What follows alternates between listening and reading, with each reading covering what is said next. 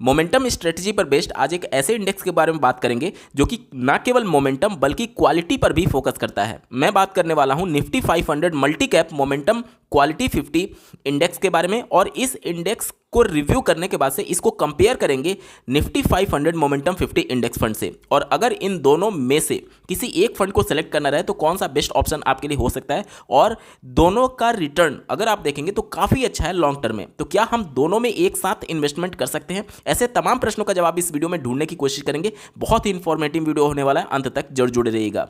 नमस्कार दोस्तों, मेरा नाम है नीरज, आप देख रहे हैं फिनोबिट यूट्यूब चैनल। अगर आप इस चैनल पर पहली बार विजिट कर रहे हैं तो इसको सब्सक्राइब करते हुए बेल आइकन को प्रेस करना ना भूलें।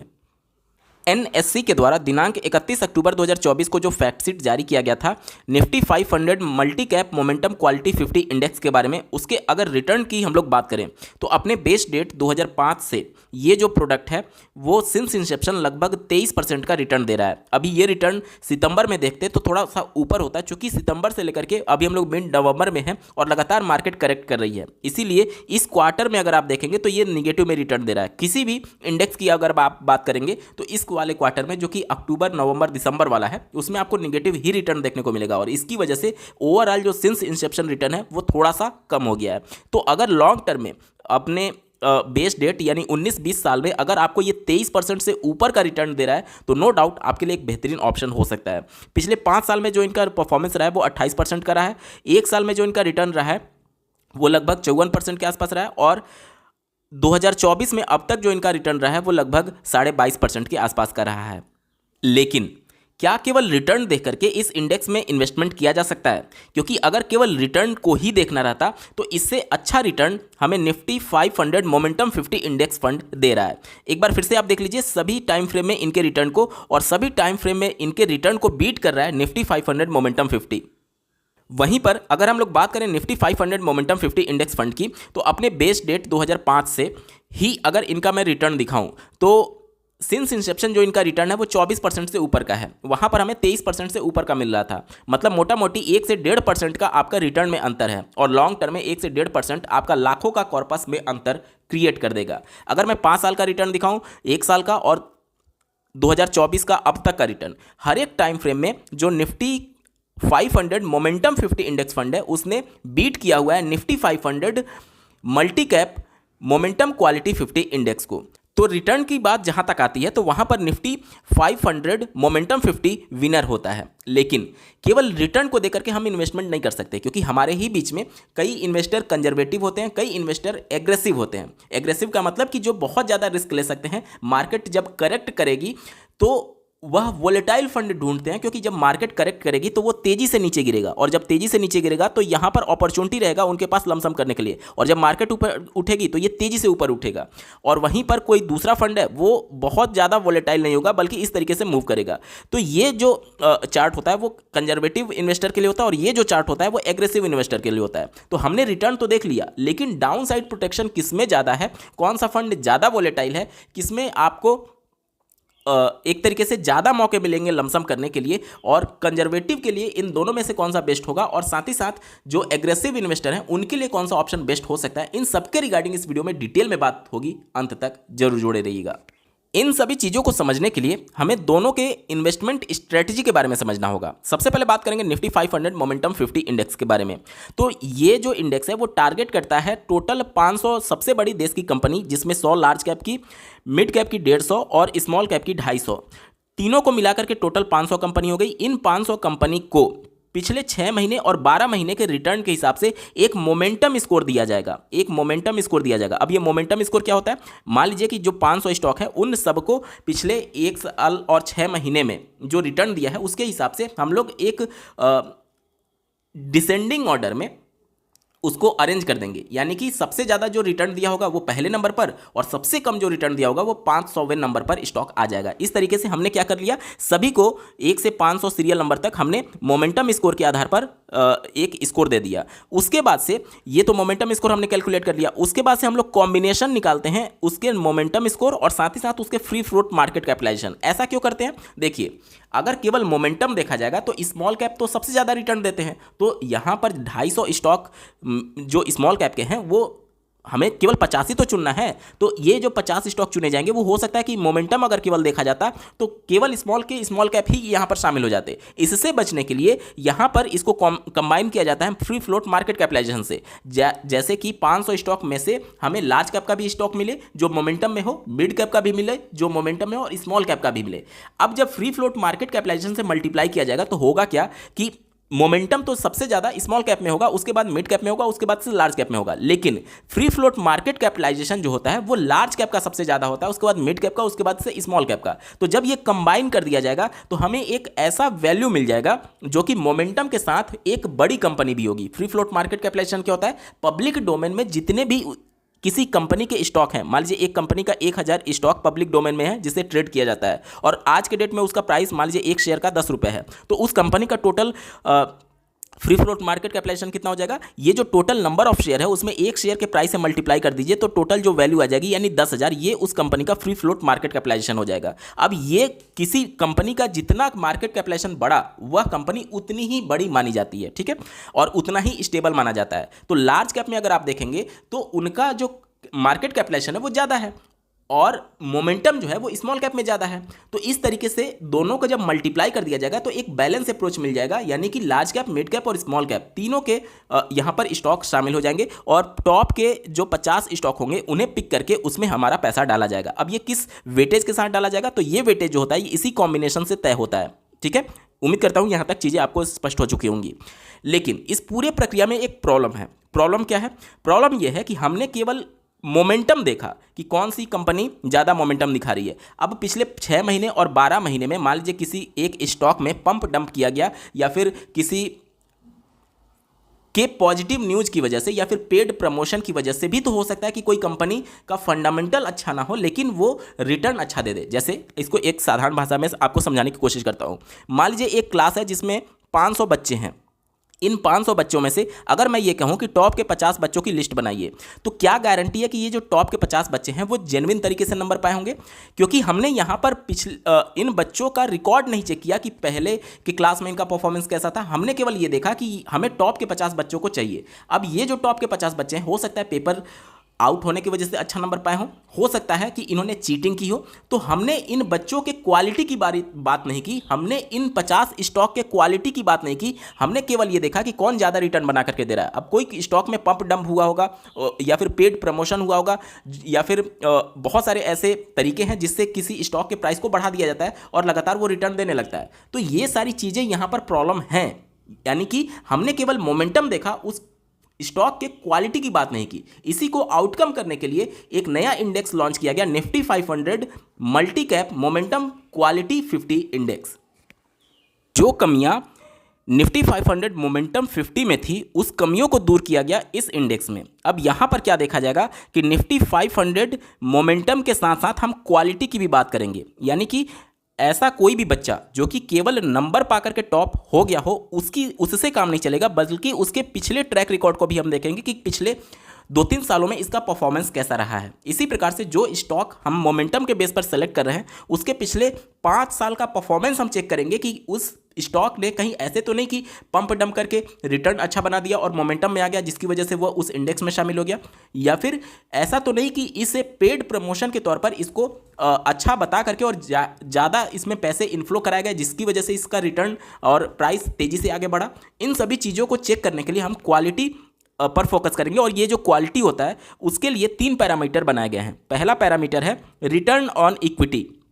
रिटर्न ऑन इक्विटी यानी कि ये जो कंपनी की हिस्सेदारी हम खरीदेंगे, यानी वो पर्टिकुलर वो शेयर वो रिटर्न कितना दे रहा है। क्योंकि अगर हम लोग देखें कोई भी जो कंपनी होती है, कोई भी स्टॉक जो होता है, मान लीजिए कोई ABC कंपनी है तो वो मान लीजिए 100 करोड़ फंड रेज करना चाहती है, तो मान लीजिए 60 करोड़ जो फंड है, 60 करोड़ जो फंड है, ध्यान से सुनिएगा, 60 करोड़ जो फंड है वो अगर मान लीजिए IPO के माध्यम से यानी इक्विटी के माध्यम से वो रेज करती है और 40 करोड़ जो फंड है वो मान लीजिए डेट के थ्रू यहाँ पर रेज करती है, तो टोटल दोनों को मिलाकर के 100 करोड़ का फंड हो गया। अब कंपनी का परफॉर्मेंस जिस हिसाब से होगा तो हम केवल इस IPO वाला यानी बाद में जाकर के जो शेयर में कन्वर्ट होगा, स्टॉक में कन्वर्ट होगा, हम केवल इसी के परफॉर्मेंस की बात करेंगे, हम ओवरऑल कंपनी की बात नहीं करेंगे। क्योंकि ये जो डेट वाला है वो तो कंपनी के लिए लाइबिलिटी हो गई, लेकिन कंपनी का परफॉर्मेंस इस शेयर वाले पर कैसा है इसको हम लोग कंपेयर करते हैं। इसी को बोलते हैं रिटर्न ऑन इक्विटी, ठीक है। इसके बाद से बात करेंगे फाइनेंशियल लिवरेज की।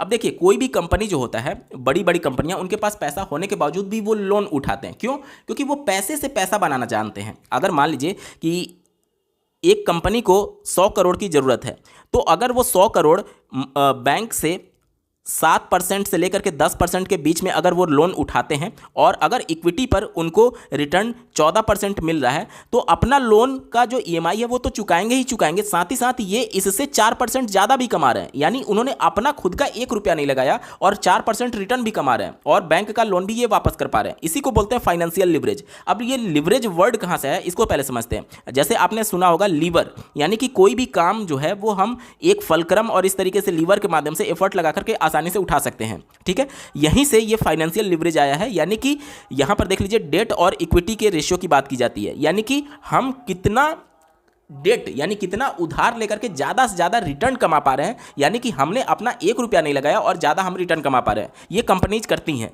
तो इसके आधार पर भी हम उस कंपनी के परफॉर्मेंस की बात करते हैं। और तीसरा है अर्निंग पर शेयर, यानी एक शेयर पर कितना अर्निंग रिटेल इन्वेस्टर्स को हो रहा है। ये इसकी क्वालिटी को बताने के 3 पैरामीटर्स हैं।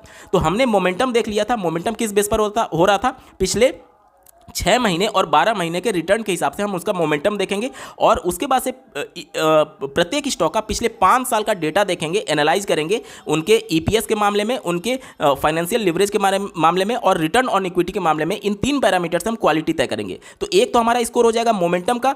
टोटल जो 500 स्टॉक है उनको सीरियल नंबर 1 से लेकर के 500 तक हम यहाँ पर मोमेंटम स्कोर दे देंगे। उसके बाद से फिर से एक स्कोर हो जाएगा क्वालिटी का, यानी 1 से लेकर के 500 सीरियल नंबर तक जितनी भी कंपनियां, उनका एक क्वालिटी स्कोर देंगे। अब जो मोमेंटम और क्वालिटी स्कोर हमने तय किया, इन दोनों को कंबाइन करके एक बार फिर से लिस्ट बनाई जाएगी 1 से लेकर के 500 सीरियल नंबर तक, जिसमें मोमेंटम और क्वालिटी दोनों की बात होगी। यानी कि अब हम केवल ऐसे स्टॉक को पिक नहीं कर रहे हैं जो कि तुक्के से या फिर रैंडमली केवल पिक हो गए 6 महीने या फिर 12 महीने के रिटर्न के हिसाब से। हम एक ऐसे स्टॉक को पिक कर रहे हैं जो मोमेंटम में तो हैं, लेकिन साथ ही साथ अपने क्वालिटी की वजह से वो मोमेंटम में है। उस स्टॉक में फंडामेंटल उनका इतना स्ट्रांग है कि वो मोमेंटम में आए हुए हैं, तुक्के से नहीं आए हैं या फिर पंप डंप करके नहीं आए हैं या फिर पेड प्रमोशन के तहत वो उनका प्राइस नहीं बढ़ाया गया। तो इन सभी चीज़ों के बाद से जो रिस्क था हमारा उस निफ्टी 500 मोमेंटम 50 में, वो रिस्क यहाँ पर खत्म हो जाता है, क्योंकि यहाँ पर जो भी स्टॉक आ रहा है वो अपने क्वालिटी के बेस पर आ रहा है, अपने दमखम के बेस पर आ रहा है, ना कि तुक्के के बेस पर। यहाँ तक क्लियर हो गया?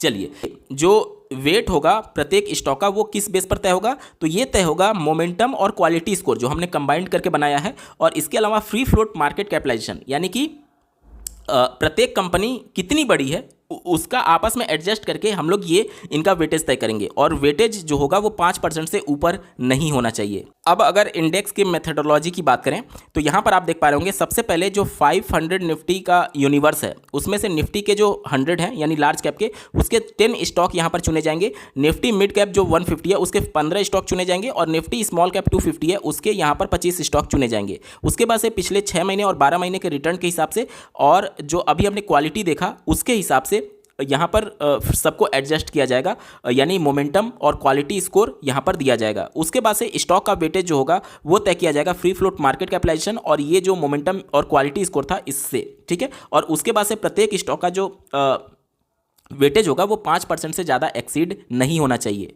साथ ही साथ ये जो इंडेक्स है वो हमेशा 6 महीने पर इसको रीबैलेंस किया जाएगा सेमी एनुअली, यानी कि जैसे मान लीजिए कि आज कोई स्टॉक मोमेंटम में है और क्वालिटी में है, लेकिन जरूरी तो है नहीं कि 6 महीने बाद भी वो मोमेंटम और क्वालिटी में होगा। तो इसके लिए हर एक 6 महीने में यानी जून में और दिसंबर में इसको रीबैलेंस किया जाएगा, यानी ये प्रोसेस फिर से किया जाएगा निफ्टी 500 पर। लार्ज कैप, मिड कैप और स्मॉल कैप में फिर से मोमेंटम देखा जाएगा, फिर से क्वालिटी देखा जाएगा और उसके बेस पर फिर से यहाँ पर वेटेज और स्टॉक को पिक किया जाएगा। यहाँ तक क्लियर हो गया? अब अगर हम लोग बात करें Nifty 500 multi cap momentum quality 50 index की, तो इसमें अगर हम लोग लार्ज कैप, मिड कैप और स्मॉल कैप का एक्सपोजर देखें तो आप अपने स्क्रीन पर देख पा रहे होंगे, इसमें जो लार्ज कैप का एक्सपोजर है वो 54.26% के आसपास है और मिड कैप का जो एक्सपोजर है वो 36.29% के आसपास है और स्मॉल कैप का जो एक्सपोजर है वो लगभग 9.5% के आसपास है। अब मुझे ये नहीं लगता कि आपको समझने में कठिनाई होगी कि दोनों फंड में से ज़्यादा सेफ फंड कौन सा है। जो Nifty 500 multi cap momentum quality 50 index fund है वो ज़्यादा सेफ फंड है, क्योंकि वहाँ पर स्टॉक के फंडामेंटल की भी बात हो रही है, उनके 5 साल के ट्रैक रिकॉर्ड की भी बात की जा रही है। लेकिन मोमेंटम फंड में केवल मोमेंटम देखा जा रहा है, उनका ट्रैक रिकॉर्ड चेक नहीं किया जा रहा है। ठीक है, हालांकि ये भी जो स्टॉक है, ये भी जो इंडेक्स है, वो सेमी एनुअली ही रीबैलेंस किया जाएगा, यानी हर 6 महीने में ऐसे स्टॉक जो कि रिटर्न नहीं देंगे उनको बाहर निकाल दिया जाएगा। लेकिन 6 महीने तक तो एटलीस्ट आपके पोर्टफोलियो में शामिल रहेंगे ऐसे स्टॉक। तो अगर हम लोग इनके डाउन साइड प्रोटेक्शन और इनके वोलेटिलिटी की बात करें तो ज़्यादा वोलेटाइल ये फंड होगा। क्यों? क्योंकि मान लीजिए कि कोई एक स्टॉक पंप डंप करके ऊपर चला गया और रिटर्न की वजह से, अच्छा रिटर्न देने की वजह से ये मोमेंटम में आ गया और इस इंडेक्स में तो ये शामिल हो जाएगा। कौन सा? निफ्टी 500 मोमेंटम 50 में। लेकिन जब क्वालिटी की बात आएगी तो वो निफ्टी 500 मोमेंटम क्वालिटी 50 इंडेक्स में वो शामिल नहीं होगा, क्योंकि क्वालिटी उसमें नहीं था, केवल मोमेंटम के बेस पर आया, इसलिए मोमेंटम वाले में शामिल हो गया। लेकिन जैसे ही मार्केट क्रैश होगी तो उस दौरान ये वाला तेजी से नीचे गिरेगा, क्योंकि इसका फंडामेंटल स्ट्रांग नहीं था, केवल पंप डंप करके या फिर पेड प्रमोशन की वजह से इसके प्राइस को ऊपर किया गया था, हाइक किया गया था, यानी ये मोमेंटम में आया था, तो तेजी से इसका प्राइस गिरेगा, यानी ये फंड जो होगा वो वोलेटाइल ज़्यादा होगा। ठीक है, तो आप इसका वोलेटिलिटी अगर चेक करें तो स्टैंडर्ड डेविएशन जो है वो पिछले 1 साल में 23.2 का है, 5 साल में 22.19 का है और सिंस इंसेप्शन जो इनका स्टैंडर्ड डेविएशन है वो 22.57 का है। वहीं पर अगर बीटा की बात करें, बीटा हमें ये बताता है कि जिस भी इंडेक्स से इसका कंपेयर किया जा रहा है उसकी तुलना में ये कितना वोलेटाइल होगा। तो आप अपने स्क्रीन पर देख पा रहे होंगे 1 साल में इनका बीटा का वैल्यू 1.28 है, यानी कि ये इस इंडेक्स से बहुत ज़्यादा वोलेटाइल है। 5 साल में भी इनका बीटा का वैल्यू 0.94 है और सिंस इंसेप्शन इनके बीटा का वैल्यू 0.88 है। ये आप देख पा रहे थे निफ्टी 500 मोमेंटम 50 का। तो यहां पर आप देख पा रहे होंगे कि ये फंड ज़्यादा वोलेटाइल है, बीटा वाइज भी और स्टैंडर्ड डेविएशन वाइज भी। अब अगर हम लोग Nifty 500 multi cap momentum quality index की बात करें तो वहां पर आप डेटा देख करके चौंक जाएंगे। आप अपने स्क्रीन पर Nifty 500 multi cap momentum quality 50 index को देख पा रहे होंगे और अगर इनके हम लोग बात करें स्टैंडर्ड डेविएशन की तो हर एक टाइम फ्रेम में स्टैंडर्ड डेविएशन इनका कम है, यानी ये फंड कम वोलेटाइल है। वोलेटाइल कैसे होता है? वोलेटाइल तब होता है जब मान लीजिए कि मार्केट ऊपर गया तो अचानक से तेजी से ऊपर चला जाए और जब मार्केट गिरा तो अचानक से तेजी से नीचे गिरा जाए, इसी को तो बोलते हैं। अगर मान लीजिए मार्केट ऊपर नीचे जा रहा है फिर भी ये अपना बहुत ज़्यादा इस तरीके से वोलेटाइल नहीं है तो ये ऐसे परफॉर्म करेगा। लेकिन अगर बहुत ज़्यादा वोलेटाइल है तो ये ऐसे परफॉर्म करेगा, यानी मार्केट जब ऊपर गया तो बहुत तेजी से और जब मार्केट नीचे गया तो बहुत तेजी से नीचे जाएगा। तो यहाँ पर आप देख पा रहे होंगे स्टैंडर्ड डेविएशन इनका सिंस इंसेप्शन और हर एक टाइम फ्रेम में उस वाले मोमेंटम 50 से ये इनका कम है। साथ ही साथ अगर हम लोग बीटा की बात करें तो बीटा भी हर एक टाइम फ्रेम में इनका कम है। इससे आप समझ पाएंगे कि ये जो मोमेंटम क्वालिटी 50 वाला है वो कम वोलेटाइल है, यानी ये एक स्टेबल फंड की तरह बिहेव करेगा।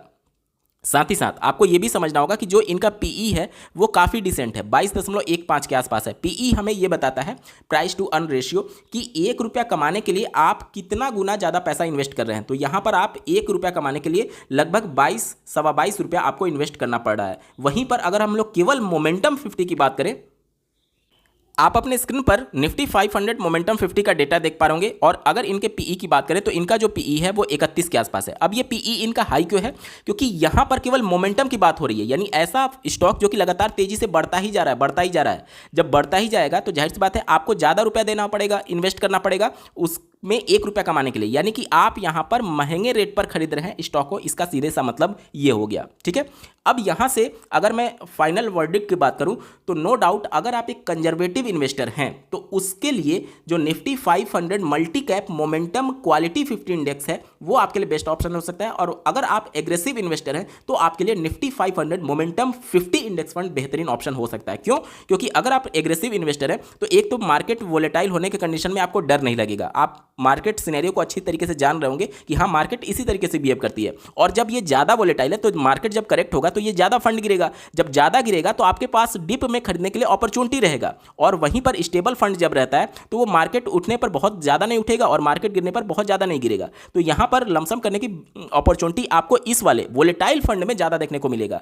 और नो डाउट लॉन्ग टर्म में ये आपको 1 से 1.5% ज़्यादा भी तो रिटर्न बना करके दे रहा है। इसके साथ ही साथ अगर मैं आपको निफ्टी 500 मोमेंटम 50 इंडेक्स का फंड डिस्ट्रीब्यूशन दिखाऊं तो यहाँ पर लार्ज कैप, मिड कैप और स्मॉल कैप का एक्सपोजर कितना है उसको एक बार देख लेते हैं। तो यहाँ पर लार्ज कैप का जो एक्सपोजर है वो 63% के आसपास है, मिड कैप का जो एक्सपोजर है वो 33% के आसपास है और स्मॉल का एक्सपोजर जो है वो 3.8% के आसपास का है। जबकि आप मोमेंटम क्वालिटी वाले को देखे होंगे तो वहाँ पर लार्ज कैप का एक्सपोजर लगभग 54-55% के आसपास था और मिड कैप का एक्सपोजर इससे थोड़ा सा कम था और स्मॉल कैप का एक्सपोजर इससे थोड़ा सा ज़्यादा था। तो मोटा मोटी अगर आप देखेंगे तो दोनों में लार्ज कैप का ही एक्सपोजर 50% से ज़्यादा का है। ठीक है। अब कोई भी इंडेक्स जो है वो मार्केट करेक्शन पीरियड में किस तरीके से परफॉर्म करेगा, इसका पता हमें रोलिंग रिटर्न से पता चलता है। अगर पिछले 3 साल के रोलिंग रिटर्न की अगर हम लोग बात करें तो ये जो है आप अपने स्क्रीन पर देख पा रहे होंगे, ये Nifty 500 multi cap momentum quality 50 index का है। और 1 साल, ये 2 साल और ये 3 साल, हर एक टाइम फ्रेम में ये पॉजिटिव में ही रिटर्न दिया हुआ है। और वहीं पर निफ्टी 500 मोमेंटम 50 इंडेक्स फंड की बात करें तो ये आप अपने स्क्रीन पर देख पा रहे होंगे, 1 साल के टाइम फ्रेम में ये निगेटिव में रिटर्न दे रहा है। आखिर ऐसा क्यों हुआ? क्योंकि मार्केट अगर आप देखेंगे तो सितंबर से लगातार ये करेक्ट कर रहा है। अब हम लोग मिड नवंबर में हैं तो लगातार मार्केट करेक्ट कर रही है, तो ये तेजी से नीचे गिर रहा है। जबकि ये जो था, जो मोमेंटम क्वालिटी वाला था, चूंकि क्वालिटी वाले स्टॉक उसमें शामिल है तो जिनका फंडामेंटल स्ट्रांग है, तो ये रिटर्न तो आपको कम देगा लेकिन निगेटिव में नहीं गया है। जबकि ये स्टॉक जो है वो निगेटिव में चला गया। अब जब निगेटिव में गया यानी ये स्टॉक ज़्यादा गिरा, ये जो इंडेक्स है ज़्यादा गिरा, तो आपके पास डिप में खरीदने का आपके पास मौका है। तो वॉलेटिलिटी जहां पर भी होती है उसे अगर आप अपॉर्चुनिटी के तौर पर लेते हैं तो आप और ज़्यादा रिटर्न बना सकते हैं। इसी को तो बोलते हैं एग्रेसिव इन्वेस्टर, यानी कि मार्केट गिरने पर वो उसे अपॉर्चुनिटी के तौर पर देखेगा। इससे आप एक और फाइंडिंग निकाल सकते हैं कि देखिए, जो Nifty 500 multi cap momentum quality 50 index है, ये मार्केट जब करेक्ट होगी तब तो आपको निगेटिव में जाने से बचाएगा, लेकिन जब मार्केट बुल रन में होगी तो ये आपको रिटर्न इससे ज़्यादा जो है वो निफ्टी 500 मोमेंटम 50 बना करके देगा। देखिए ये बुल रन था तो यहाँ पर इससे ज़्यादा ये रिटर्न बना करके दे रहा है। यहाँ पर देखिए ये 19% का रिटर्न दे रहा है, ये लगभग 22% का रिटर्न दे रहा है। लेकिन जब मार्केट करेक्ट होगी तो ये आपका ज़्यादा गिरेगा भी, और जब मार्केट उठेगी तो ये ज़्यादा उठेगा भी। इन चीज़ों से आपको अवेयर रहना चाहिए। चलिए अब 1 साल, 3 साल, 5 साल, 10 साल और यहाँ पर मैक्सिमम ड्यूरेशन और स्टैंडर्ड डिविएशन सबका एक बार कंपेयर कर लेते हैं। तो हमें कंपेयर करना है निफ्टी 500 मोमेंटम क्वालिटी 50 को और निफ्टी 500 मोमेंटम 50 इंडेक्स को। तो अगर मैं आपको दिखाऊं तो 1 साल में जो इनका रिटर्न रहा है वो 70% के आसपास रहा है। वहीं पर इस इंडेक्स का जो रिटर्न रहा है वो 69.51% का रहा है। इसके बाद से 1 साल का टाइम फ्रेम अगर छोड़ दें तो 1 साल के टाइम फ्रेम में ये जो है वो अच्छा रिटर्न दे रहा है। लेकिन 3 साल का टाइम फ्रेम देखिए, 3 साल के टाइम फ्रेम में बहुत बड़ा गैप है, ये आपको ज़्यादा रिटर्न बना करके दे रहा है जो मोमेंटम 50 वाला इंडेक्स फंड है। अगर 5 साल का टाइम फ्रेम देखेंगे तो इसमें भी ये बीट कर पा रहा है, यानी मोमेंटम 50 वाला आपको ज़्यादा रिटर्न दे रहा है क्वालिटी वाले से। 10 साल का टाइम फ्रेम देखेंगे उसमें भी ये अच्छे खासे मार्जिन से बीट कर रहा है। इसके बाद से जब हम लोग बात करें मैक्सिमम डाउनफॉल की, तो मैं पहले भी बता चुका हूँ कि चूंकि ये बहुत ज़्यादा वोलेटाइल होगा तो ये ज़्यादा गिरेगा। तो देखिए मैक्सिमम जो डाउनफॉल हुआ है इन 10 सालों में, तो ये इंडेक्स का जो हुआ है वो केवल 31% का हुआ है, जबकि इस इंडेक्स का जो डाउनफॉल हुआ है वो 38% का हुआ है। तो ये तो मैं पहले ही आपको समझा चुका हूं कि ये वोलेटाइल ज़्यादा है तो ज़्यादा गिरेगा भी, लेकिन लॉन्ग टर्म में आपको ज़्यादा रिटर्न भी बना करके देगा। दोनों चीज़ें हैं इसमें, यानी रिटर्न भी ज़्यादा बुल रन में और मार्केट करेक्ट होने में सबसे ज़्यादा गिरेगा भी। इसके साथ ही साथ स्टैंडर्ड डेविएशन की बात करें तो नो डाउट स्टैंडर्ड डेविएशन हमें बताता है कि कोई भी प्रोडक्ट कितना ज़्यादा वोलेटाइल है। तो इनका स्टैंडर्ड डेविएशन जाहिर सी बात है कम ही होगा इससे। तो यहाँ पर देख लीजिए इनका स्टैंडर्ड डेविएशन हाई है, यानी ये फंड ज़्यादा वोलेटाइल है और ज़्यादा रिटर्न भी बना करके देगा और मार्केट करेक्शन पीरियड में ज्यादा गिरेगा भी। यहां तक क्लियर हो गया।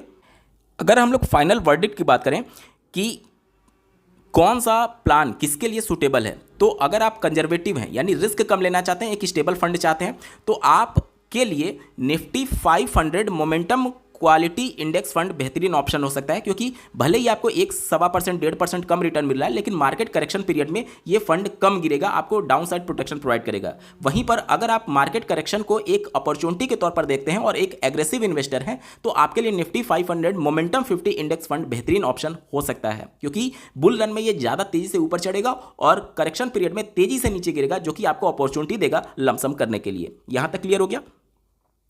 इसके बाद से आपके मन में प्रश्न आ रहा होगा कि क्यों ना हम दोनों में इन्वेस्टमेंट कर दें, क्या ये चीज़ें पॉसिबल हैं? देखिए अभी जो ये प्रोडक्ट है ये नया लॉन्च हुआ है, एक ही एएमसी के द्वारा इसको लॉन्च किया गया है, Nifty 500 multi cap momentum quality वाला एडलवाइज के द्वारा। आप अभी एडलवाइज के वेबसाइट पर ही ये सभी डेटा देख पा रहे होंगे। तो अगर मैं आपको इनका ओवरलैपिंग दिखाने की कोशिश करूं तो ओवरलैपिंग का डेटा अभी अवेलेबल ही नहीं है, क्योंकि ये जो प्रोडक्ट है वो 1 नवंबर को लिस्ट हुआ। अलग अलग एक तरीके से ETF भी इसका लॉन्च हुआ है और म्यूचुअल फंड भी लॉन्च हुआ है। तो 1 नवंबर को ये लिस्ट हुआ है, तो अभी कम से कम 1 महीने का समय लगता है सारी चीज़ें डेटा आने में। तो अभी हमारे पास ओवरलैपिंग का डेटा अवेलेबल नहीं है, लेकिन जिस हिसाब से इनका इन्वेस्टमेंट स्ट्रेटेजी है उससे आप बेहतरीन तरीके से समझ सकते हैं कि इनमें ओवरलैपिंग बहुत ज़्यादा होगी। क्यों? क्योंकि 500 स्टॉक को ही टारगेट किया जा रहा है दोनों में और मोमेंटम फैक्टर दोनों में है। और जहाँ तक बात है, मान लीजिए 50 स्टॉक में से मान लीजिए ऐसे हो सकते हैं कि 10 स्टॉक जो कि क्वालिटी में ना हो, बाकी के 10 स्टॉक तो क्वालिटी में होंगे तभी मोमेंटम में आएंगे। तो ओवरलैपिंग दोनों के बीच में बहुत हाई रहने वाली है, बहुत ही ज़्यादा हाई रहने वाली है। तो आप दोनों प्रोडक्ट को कंसीडर ना करिए, आपको कोई खास फायदा नहीं होगा। आप दोनों में से एक ही प्रोडक्ट को कंसीडर करिए। अगर आप एग्रेसिव इन्वेस्टर हैं तो निफ्टी 500 मोमेंटम 50 आपके लिए बेहतरीन ऑप्शन हो सकता है, और अगर आप कंजर्वेटिव इन्वेस्टर हैं तो आपके लिए Nifty 500 momentum quality 50 index fund बेहतरीन ऑप्शन हो सकता है। दोस्तों, आपको ये वीडियो कैसा लगा, मेरा एफर्ट कैसा लगा, कमेंट के माध्यम से जरूर बताइएगा, और ऐसे ही महत्वपूर्ण अपडेट के लिए इस चैनल को सब्सक्राइब करना ना भूलें। इस वीडियो को देखने के लिए आपका बहुत बहुत धन्यवाद। भगवान करे आपका दिन शुभ हो।